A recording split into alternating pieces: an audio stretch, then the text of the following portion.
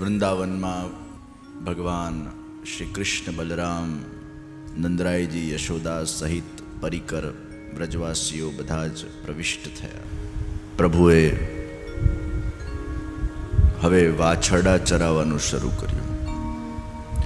નાના ટેણિયા છોકરા હોય ને એ લોકો ઘણીવાર સાહસ બહુ કરવા જાય અને કદાચ માને એમ કે મને ટુ વ્હીલર ચલાવવા દો તો માં એમ કે ટુ વ્હીલર નજી વાર છે, પેલા સાયકલ ચલાવો.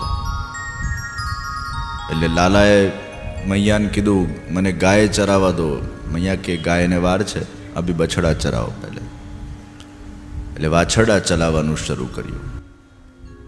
અને જ્યારે પ્રભુ વાછરડાને ચરાવવા પધારતા તો યશોદાજી કે પગમાં કંઈક પહેરી લે. તો શ્યામ સુંદર ના પાડે, ના ના પગમાં કશું નથી પહેરવું મારે. એ કે કેમ? આ અમારા ગુરુ છે, મેં ગોપાલક હું અને મારા ગુરુ પગમાં કંઈ ન પહેરે તો મારાથી કેવી રીતે પહેરાય? ગાય થોડા કંઈ પગરખા પહેરીને ચરતી હોય, તો હું પણ પગરખા નહીં પહેરું.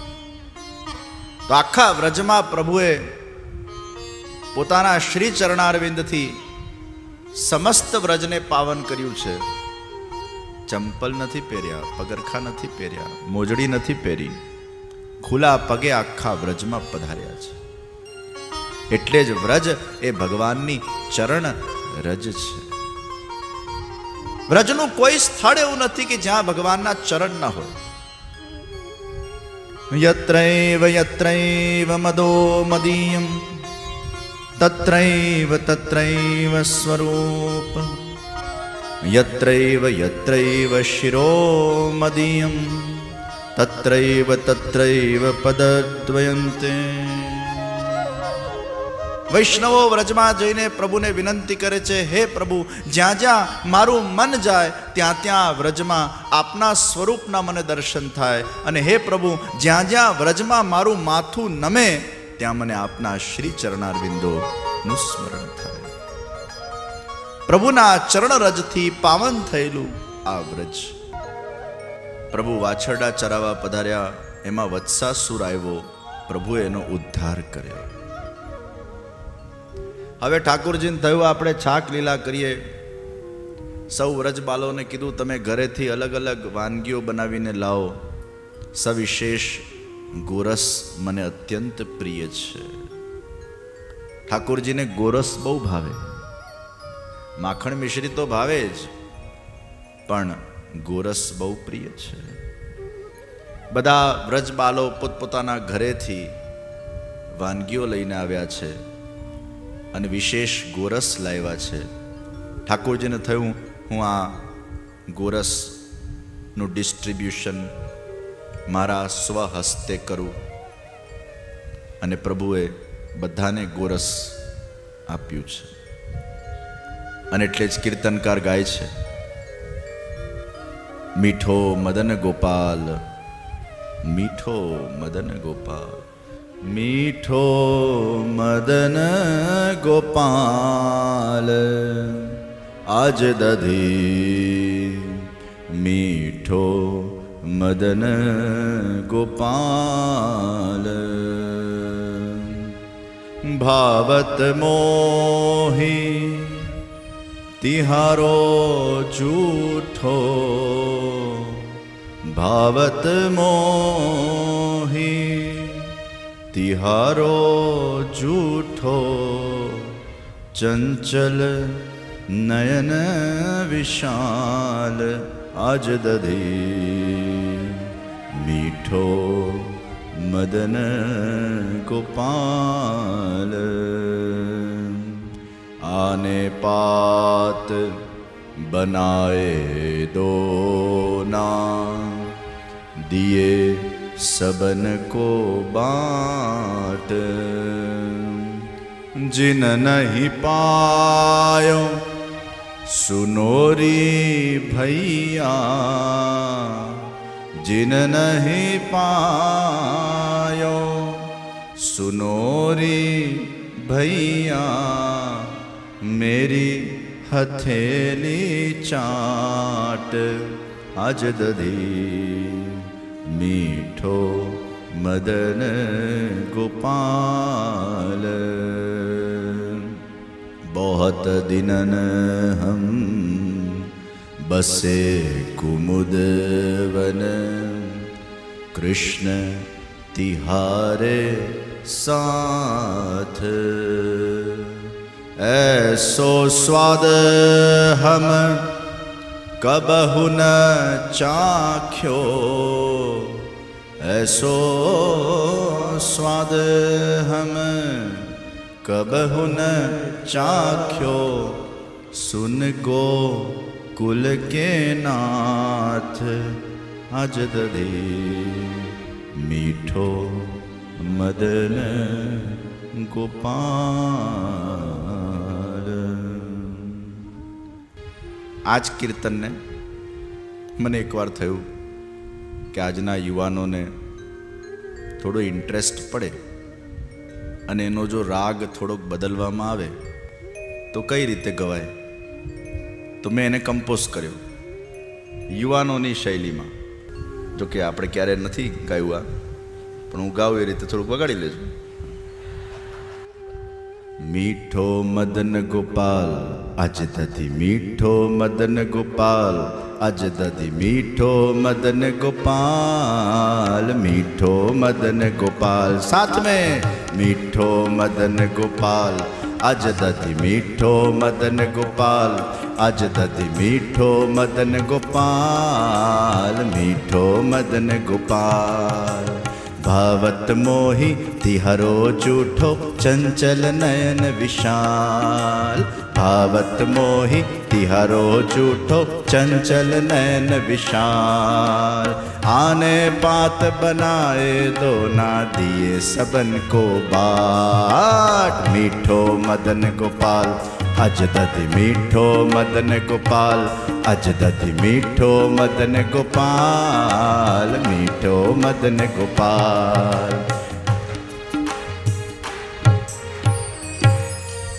આ પહેલી વાર મેં કથામાં ગયો.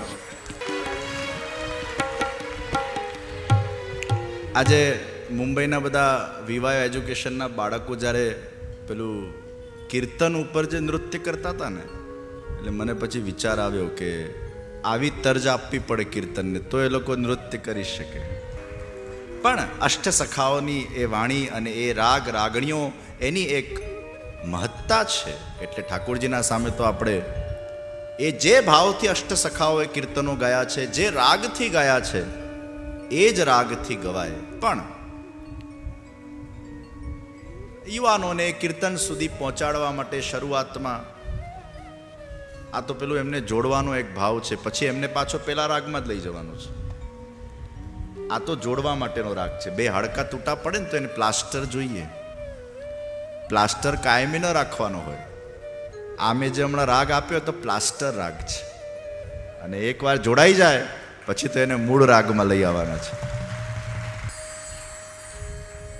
આપણે ફ્લેક્સિબલ બનાવવું પડશે અમુક વસ્તુ, નહીં તો છોકરાઓ જોડાશે કેવી રીતે? કીર્તનો શીખવા પણ કઠિન છે, સહેલા નથી. ભલે આપણને એમ લાગે કે સાંભળીને શીખી જવાય, પણ પાછું ગાવા બેસે તો ગોટાળા મારે. તો પ્રભુએ આ સુંદર છાક લીલા કરી છે અને સૌને પાવન કર્યા. એ જ વખતે વૃત્રાસુર આવ્યો, એ જ વખતે અઘાસુર આવ્યો. ખૂબ જબડું પોતાનું મોટું ફાડીને આકાશ સુધી એનું જબડું, અને એક ધરતી આકાશ સુધી. વ્રજ બાળકોને થયું આ કોઈ ગુફા છે, અને બધા લોકો એમાં પ્રવિષ્ટ થવા લાગ્યા. અઘાસુર એટલે પાપ, અઘ એટલે પાપ. વ્રજમાંથી પાપને નિવૃત્ત કરવા માટે અઘાસુરને નિવૃત્ત કરવું આવશ્યક છે. અઘાસુર એટલે પાપ, અને બીજું અઘાસુર એટલે જે બીજાના સુખને ન જોઈ શકે એને પણ અઘાસુર કહેવાય. જે બીજાની સફળતાને ન પચાવી શકે એને પણ અઘાસુર કહેવાય. તો બીજાના સુખમાં જે સુખી ન થઈ શકે પણ બીજાના સુખમાં જે દુખી થાય એને અઘાસુર કહેવાય. કારણ કે બીજાના સુખમાં દુઃખી થઈને એ અનેક પ્રકારના પાપને નોતરે છે. ભગવાન સ્વયં અઘાસુરના અંદર પ્રવિષ્ટ થયા, પોતાનું વજન વધાર્યું અને અઘાસુરનો ભગવાને ઉદ્ધાર કર્યો. બકાસુરનો ભગવાને ઉદ્ધાર કર્યો. તો વૃત્રાસુર, વત્સાસુર, બકાસુર, અઘાસુર, આ ત્રણેયનો ભગવાને ઉદ્ધાર કર્યો. બકાસુર એ પાખંડનું પ્રતીક છે. ભગવાન કે મારી સેવામાં પાખંડ પણ ન જોઈએ, મારી સેવામાં પાપ પણ ન જોઈએ. આ બે પીથી મને બહુ નફરત છે, એક પાખંડ અને એક પાપ. અને બે પી મને બહુ ગમે છે, એ છે પ્રેમ અને પવિત્રતા. બે પી ભગવાનને ગમે છે અને બે પી ભગવાનને નથી ગમતા. પાપ ને પાખંડ ગમતા નથી, પણ પ્રેમ અને પવિત્રતા ભગવાનને ગમે છે. હૃદય પવિત્ર હોવું જોઈએ, અંતઃકરણ પવિત્ર હોવું જોઈએ, દેહ પવિત્ર હોવું જોઈએ અને પ્રેમ હોવું જોઈએ. અઘાસુરને ભગવાને માર્યો. આ વાત 1 વર્ષ પછી ગ્વાલબાલે પોતાના માતા પિતાને કહી, કારણ કે એ અરસામાં બ્રહ્માજી ગ્વાલ બાલકોની અને ગાયોની ચોરી કરી ગયા. બ્રહ્માજીના મનમાં આ ચોરીનો વિચાર કેમ આવ્યો? તો વલ્લભાચાર્યજી મહાપ્રભુજીએ સુબોધનીજીને અંદર કહ્યું કે બ્રહ્માજી એમનું મેઇન ફોકસ સર્જન જ છે, ક્રિએશન. સર્જનનું ડિપાર્ટમેન્ટ બ્રહ્માજીને ભગવાને આપેલું છે. તો બ્રહ્માજીના મનમાં થયું કે હું જરા જોઉં તો ખરો કે ભગવાન આ ગ્વાલબાલોનું પાછું સર્જન કેવું કરી શકે છે. ભગવાન પોતે કંઈક લીલા કરવા માંગે છે, એટલે બ્રહ્માજીની બુદ્ધિ આવી કરી નાખી. ગોપીઓના મનના અંદર મનોરથ હતો કે કાશ बालकृष्णलाल हमारा बालक बने और वो स्तनपान का लाभ हमें प्रदान करे. અને ગાયો પણ એમ વિચાર કરતી કાશ અમારો વાછોડો આ કાનુડો હોતે. અને ભગવાને એ લોકોના મનોરથ જાણી લીધા. પોતે જ સ્વયં વાછરડા બન્યા, પોતે જ સ્વયં ભગવાન એ ગ્વાલ બાલોના ત્યાં, એ વ્રજવાસીઓના ત્યાં એમના બાળક બન્યા. અને એમને 1 વર્ષ સુધી જેમ પોતાનું બાળક હોય એવી અનુભૂતિ પ્રભુએ કરાવડાવી. હવે તો પહેલા કરતાં વધારે મા પોતાના બાળકને પ્રેમ કરવા લાગી, પહેલા કરતાં વધારે ગાય પોતાના વાછરડાને ચાટવા લાગી, કારણ કે ભગવાને જ પોતાના અંદરથી એ બાળકો અને વાછરડાઓને પ્રગટ કર્યા. બલદાઉજીને ડાઉટ ગયો, આખિર એ હો ક્યાં રહા હૈ. અને ત્યારે એમને આંખ બંધ કરીને જોયું તો બધે જ કૃષ્ણ દેખાય છે. અરે લાલા, ये तेरी कौन सी लीला है? अरे दाऊ जी, बड़े भैया, इन सब का ये मनोरथ था कि मैं उनको प्राप्त होऊं, इसलिए मैंने ऐसी लीला की. બ્રહ્માજીની બુદ્ધિ ભગવાને ચક્રાવી દીધી. એમને ગ્વાલ બાલોની ચોરી કરી. અને બ્રહ્માજીને જ્યારે ખબર પડી કે મેં આ બહુ મોટી ભૂલ કરી છે, આ તો સાક્ષાત પૂર્ણ પુરુષોત્તમ છે ને આમની આવી પરીક્ષા ન લેવાય, ત્યારે બ્રહ્માજી પ્રભુના શરણમાં આવ્યા, ભૂલ સ્વીકાર કરી અને બ્રહ્માજીએ સ્તુતિ કરી છે. તત્તેનુકંપાં સુસમીક્ષમાણો ભુંજાનેવાત્મકૃતં વિપાકમ. બ્રહ્માજીએ બહુ સરસ વાત કરી. બ્રહ્માજી કહે છે, હે પ્રભુ, આપ બહુ કૃપાળુ છો. મનુષ્ય એ જ સુખી રહી શકે છે જે પ્રારબ્ધ અનુસાર જે કંઈ પણ એને સુખ દુઃખની પ્રાપ્તિ થાય એમાં કેવલ માત્ર આપની જ એક કૃપા છે એવું માનીને અગર પોતાના જીવનને જીવે તો એના વર્તમાનમાં ક્યારે દુઃખી ન થઈ શકે. એવમાત્મકૃતમ વિપાકમ. બ્રહ્માજી અહીંયા આપણને એક દ્રષ્ટિ આપે છે કે what should be our thought procedure, કે જ્યારે કંઈક આપણા જીવનમાં સારું થાય ત્યારે ભગવાનની કૃપા માનવી, અને જ્યારે કંઈક ખરાબ થાય તો એમ માનવું આ મારા ખરાબ કર્મોના ફળ છે. તો બ્રહ્માજી આપણને ઉપદેશ આપે છે, સારું થાય ત્યારે શું માનવાનું? આ ઈશ્વરે કર્યું, ઈશ્વરની કૃપા છે. અને કંઈક ખોટું થયું તો આ ક્યાંક આપણા કર્મોના ફળ છે. ગયા જન્મના પણ હોઈ શકે, આ જન્મના પણ હોઈ શકે, પણ ભગવાન જે કરે એનો સહર્ષ સ્વીકાર, એની કૃપાનો વિચાર એ જીવે કરવો જોઈએ. બ્રહ્માજી પાછા છે તો બ્રહ્માને, એટલે હજી એ ઠાકોરજી બહુ આમ કન્વિન્સ થતા નથી એમનાથી, થોડા રૂઠેલા છે કે બ્રહ્મા તુમને એસા કિયા ક્યું. એટલે બ્રહ્માજીએ બહુ સરસ બીજી વાત કરી. ઉત્ક્ષેપણમ ગર્ભગતસ્ય પાદયો કિમ કલ્પતે માતૃર્ધોક્ષ જાગસે.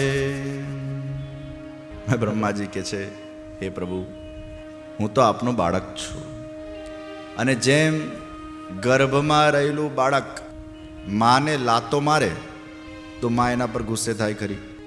ગર્ભમાં રહેલું બાળક અગર માને લાત મારે ગર્ભમાં તો મા જરા પણ ગુસ્સે ન થાય. એમ પ્રભુ, હું આપનો બાળક છું, અને મારાથી કદાચ એકાદ આવો અપરાધ થઈ ગયો હોય તો આપે પણ મા બનીને મને માફ કરી દેવો જોઈએ. બ્રહ્માજી આપણને ભગવાન સામે કેવું દૈન્ય પ્રગટ કરવું એ શીખવાડે છે. એટલે આ શ્લોક ઠાકોરજીના સામે ક્યારેક બોલાય. કંઈક આપણાથી ભૂલ થઈ જાય, દોષ થઈ જાય, કંઈ અપરાધ થઈ જાય, જાણીને થયું હોય કે અંજાનામાં થયું હોય, તો બ્રહ્માજીની જે આ સ્તુતિ છે ને એ બહુ સુંદર સ્તુતિ છે. અને આ શ્લોક ઠાકોરજીના સામે આપણે બોલીએ તો ઠાકોરજી જેમ બ્રહ્માજીને ક્ષમા આપી એમ આપણને પણ ક્ષમા આપશે. બ્રહ્માજીએ જે અપરાધ કર્યો છે એમાં ભોજન ભંગ કર્યું છે. કોઈનું ભોજન ભંગ કરવું એ મોટું અપરાધ છે. કોઈ જમતો હોય અને એના પર ગુસ્સો કરવો અપરાધ છે. કોઈ જમતો હોય ને એની થાળી ફેંકી દેવી અપરાધ છે. વ્રજવાસીઓ છાક લીલા કરતા હતા, અને એ વખતે પછી બ્રહ્માજીએ આ રીતે એમની ચોરી કરી, એટલે ભોજન ભંગ કર્યું છે. પ્રભુએ ગૌચારણ કર્યું, ગાયોને પ્રભુ ચરાવવા લાગ્યા, અને એ ગાયોને ચરાવતા ચરાવતા શ્યામ સુંદર એટલા સુંદર લાગે છે. અધરમ મધુરમ વદનમ મધુરમ નયનમ મધુરમ મસિતમ મધુરમ હૃદયમ મધુરમ ગમનમ મધુરમ મધુરાધિપતે રખિલમ મધુરમ. એ ગાયના ચરણમાંથી સ્પર્શ થયેલી એ રજ, અને એ રજના કણ જ્યારે ઉડીને લાલાના મુખારવિંદ પર આવીને સ્થપાઈ જાય છે, અને કેશાવલીઓના અંદર પણ એ રજકણ જ્યારે હોય છે, ત્યારે શ્યામ સુંદર ઉપર એ ચમત્કાર રજકણના દર્શન કરીને સૌ કોઈનું મન એ મોહાઈ જતું હોય છે. એ ગૌચારણ કરીને શ્યામ સુંદર પાછા પધારે. આ ગૌ પણ આપણી ઇન્દ્રિયો છે. ભગવાન એ ગૌચારણના સ્વરૂપે આપણી ઇન્દ્રિયોને ચરાવે છે. આજે વ્રજધામ સંકુલમાં આપણે ગૌચારણ મનોરથના દર્શન કર્યા, અને કેટલા સુંદર દર્શન થયા. તો જ્યારે ગૌચારણ મનોરથમાં ઠાકોરજી બિરાજે છે, ત્યારે આપણી ઇન્દ્રિયોને ચરાવતા હોય એવો ભાવ રાખવાનો છે. ઇન્દ્રિયો જ્યારે ભૌતિક વાસનાઓમાં ફસાઈ જાય છે ત્યારે પશુ જેવી થઈ જાય છે, પણ એ જ ઇન્દ્રિયોને જ્યારે ઠાકોરજી પોતે ચરાવવા લાગે ત્યારે એમાં ભગવદ રસ ભરાઈ જતું હોય છે. એ ઇન્દ્રિયો બહિર્મુખ નહીં પણ અલૌકિક બની જતી હોય છે. પછી એને આંખથી પ્રભુના દર્શન કરવા ગમે, કાનથી એને ભજન સાંભળવા ગમે, પણ ઇન્દ્રિયો અગર પશુ જેવી હશે અને ભગવાન એને નહીં ચરાવેલી હોય તો પછી કાનથી શું સાંભળવું ગમે? પેલા ખરાબ ગીતો સાંભળવા ગમે, ઇંગ્લિશ સોંગ સાંભળવા ગમે, પેલા રેપ મ્યુઝિક સાંભળવું ગમે, અર્થ વગરના અમુક એવા શબ્દોવાળા સોંગ્સ તમને સાંભળવા ગમે. તો ક્યારે ખબર પડે કે હવે ભગવાને અમારી ગાય રૂપી ઇન્દ્રિયોને ચરાવવાનું શરૂ કર્યું છે? જે વખતે તમારા આંખને પ્રભુના દર્શનમાં રુચિ પેદા થઈ જાય, કાનને પ્રભુના કીર્તન કે ભજન સાંભળવામાં રુચિ પેદા થઈ જાય, હાથ દ્વારા પ્રભુની સેવા થતી રહે, તમારા મુખ દ્વારા પ્રભુનું સંકીર્તન થતું રહે, આમાં જ્યારે તમારી રુચિ પેદા થઈ જાય એટલે સમજવું આ ભગવાન હવે અમારામાં બિરાજીને અંતર્યામી બનીને અમારા 11 ઘોડાઓને હવે એ પોતે ચરાવી રહ્યા છે. આ એનું પ્રમાણ છે. આ 11 ઇન્દ્રિયો એ પ્રભુનું એક સુંદર વાહનો છે જેને પ્રભુ ચરાવે છે અને ચલાવે છે. તો ઠાકોરજી જ્યાં સુધી આમ પ્રગટ ના થાય આપણામાં અને આપણે આપણા મન પ્રમાણે ચાલીએ એટલે આપણી ઇન્દ્રિય પશુ જેવી થઈ જાય. ઇન્દ્રિયોને કેવલ ભોગમાં જ રસ પડે, ઇન્દ્રિયોને કેવલ માત્ર લૌકિક વિષય વાસનામાં જ રસ પડે. ભગવદ રસ પ્રગટ એટલે ગૌચારણ થઈ રહ્યું છે. તો આ ગૌચારણ લીલા પ્રભુ આપણામાં બિરાજીને પણ કરતા હોય છે. અત્યારે તમે બધા બેઠા છો ને, આ ઠાકોરજીનું ગૌચારણ થઈ રહ્યું છે. અત્યારે તમારી આંખ, તમારા કાન, તમારા જીવહામાં, તમારી બધી જ ઇન્દ્રિયોના અંદર ભગવદ રસ અત્યારે. અને એટલે જ તો તમે આજે 7:45 વાગ્યા સુધી પણ આટલા શાંતિથી બેઠા છો. કેમ? કારણ કે આ પ્રભુનું ગૌચારણ થઈ રહ્યું છે. આ ગાયોને એ શ્યામ સુંદર ચરાવી રહ્યા છે. કેટલી સુંદર ભાવના છે. પ્રભુએ ગૌચારણ કર્યું છે. પ્રભુને ગાયનું દૂધ બહુ પ્રિય છે. દેશી ગાયનું દૂધ. 33 કોટી દેવી દેવતા દેશી ગાયમાં છે, જર્સી ગાયમાં નથી. હંપવાળી જે ગાય હોય ને, ખૂંદવાળી, એને દેશી કહેવાય. દેશી ગાયનું દૂધ પીવાય, એન્ટીઓક્સિડન્ટ છે. જર્સી ગાયનું દૂધ ઓક્સિડન્ટ છે. એટલે દેશી ગાયનું દૂધ પીજો, એનાથી બુદ્ધિ નિર્મલ થશે. જર્સી ગાયનું દૂધ પીશો તો બુદ્ધિ જાડી થશે. અને ભેંસનું તો પીતા જ નહીં. ભેંસ રોડ ઉપર બેઠી હોય તો હોર્ન મારી મારીને આપણે થાકી જઈએ. પેલી ઊભી જ ન થાય, ઊભી જ ન થાય, ઊભી જ ન થાય, ઊભી જ ન થાય. આળસનું અવતાર એ ભેંસ. આળસુ બનવું હોય તો ભેંસનું દૂધ પીજો. તમે વિચાર કરો, ભેંસ દેખવામાં કેવી? ભલે બધા પ્રાણીઓમાં પ્રભુ બિરાજે છે, સર્વમાં અંતર્યામી છે, પણ ભગવાને અલગ અલગ પ્રકૃતિ ગળી છે. એનો સ્વભાવ પર આપણે જવાનું છે. એની પ્રકૃતિ આળસુ છે. અને એટલે તમારે અગર સ્ફૂર્તિવાન રહેવું હોય, મહેનત કરવી હોય, કર્મ જ્ઞાન કે ભક્તિમાં આગળ વધવું હોય, ફોકસ તમારું વધારવું હોય, યાદશક્તિ વધારવી હોય અને પેટ આમ એકદમ હલકું રાખવું હોય તો દેશી ગાયનું દૂધ પીવાનું ચાલુ કરજો. ભેંસનું દૂધ તો તમને વધારે જડતા આપશે, પ્રમાદ આપશે, વધારે ઊંઘવાની ઈચ્છા થાય. આ વધારે ઊંઘવું એ પ્રમાદ છે. ઘણા લોકો 12 કલાક ઊંઘે. મને લાગે આટલું ઊંઘતા કેવી રીતે હશે? આ 12 કલાક જે ઊંઘ આવે ને, આ તમો ગુણનો જે પ્રકોપ થઈ ગયો છે આપણા પર. પણ જ્યારે ઠાકોરજી ગૌચારણ કરવા લાગે પછી આટલી ઊંઘ ના આવે. એ ઊંઘમાં પછી પ્રભુના સપના આવે, ઠાકોરજીના દર્શન થાય. તો સાત્વિકતા એ ગાયના દૂધમાં છે. એનું દૂધ આપણે પીએ. પ્રભુએ ગૌચારણ કર્યું. તાલવનના અંદર ધેનુકાસુર છે. ધેનુકાસુર એટલે ગધેડો, વૈશાખ નંદન. આ ગધેડો કેવો છે કે જ્યારે આમ ખેતરમાં ઘાસ ન હોય, ખાલી થઈ ગઈ હોય, ત્યારે આમ જોર જોરથી હસે અને બધાને કે જો હું ખાઈ ગયો બધી ઘાસ. અને પછી જ્યારે ખેતરમાં ઘાસ હોય ત્યારે એનાથી ખવાય નહીં આટલી ઘાસ, એટલે રડવા લાગે કે હવે મારાથી ખવાતી નથી. આને ગધેડો કહેવાય.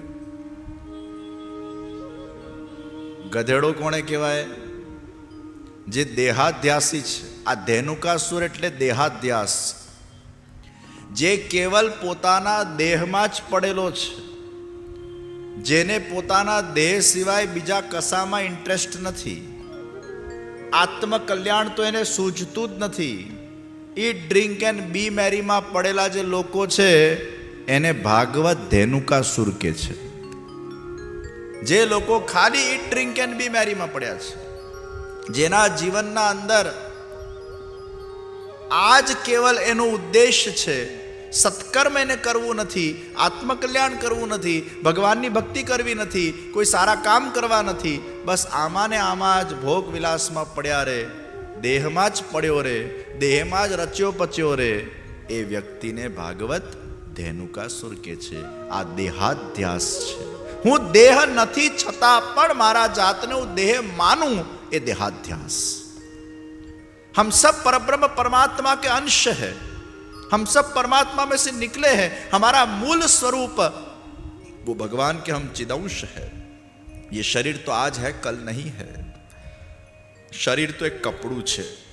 જેમ આપણે કપડાં બદલીએ છીએ એમ આપણે શરીર બદલીએ છીએ. કેટલી વાર આ શરીર બદલી ચૂક્યા છે, કેટલાય શરીર મળી ચૂક્યા છે, કેટલીય યોનિમાં જઈ ચૂક્યા છે. જે શરીરમાં જ પડ્યો રહે અને શરીરને જ ફોકસ્ડ રહે એ વ્યક્તિનું ક્યારે ઉદ્ધાર ન થાય. આવું અમૂલ્ય ભગવાને માનુષ્ય દેહ આપણને આપ્યું હોય કે જેમાં આપણા પાસે બેસ્ટ ઓપોર્ચ્યુનિટી છે, જેના પાસે બુદ્ધિ ભગવાને આપી છે, જે બુદ્ધિથી જ્ઞાન અર્જિત થઈ શકે અને એ જ્ઞાન દ્વારા વૈરાગ પ્રાપ્ત થઈ શકે, ભક્તિ પ્રાપ્ત થઈ શકે અને એ ભક્તિ દ્વારા આ દેહ વડે આ દેહને ધર્મ બનાવીને એ વ્યક્તિ પોતાના આત્માનો ઉત્કર્ષ કરી શકે.